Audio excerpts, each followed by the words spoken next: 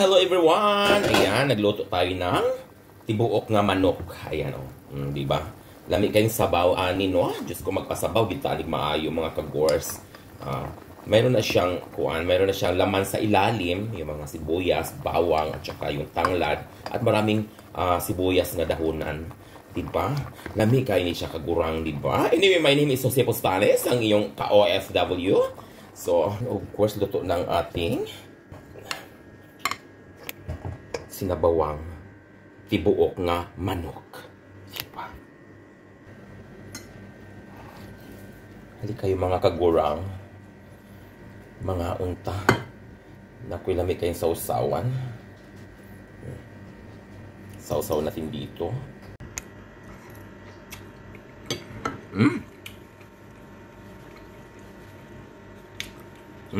Kalami.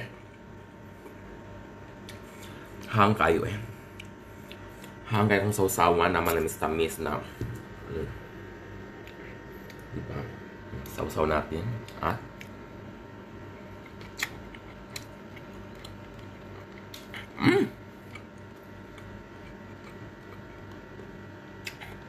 Pag tibuok mo lang manok,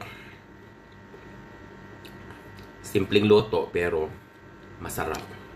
Diba? Ganito lang kasimple ang luto ng chicken.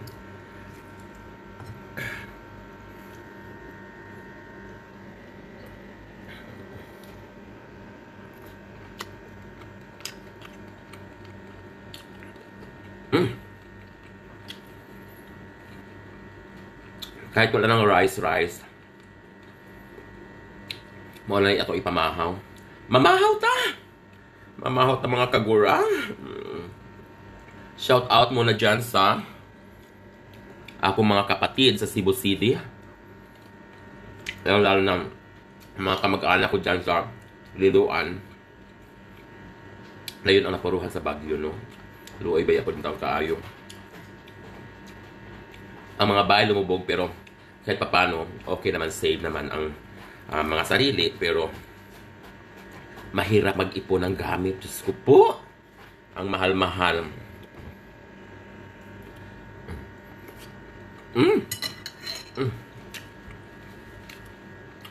Sarap.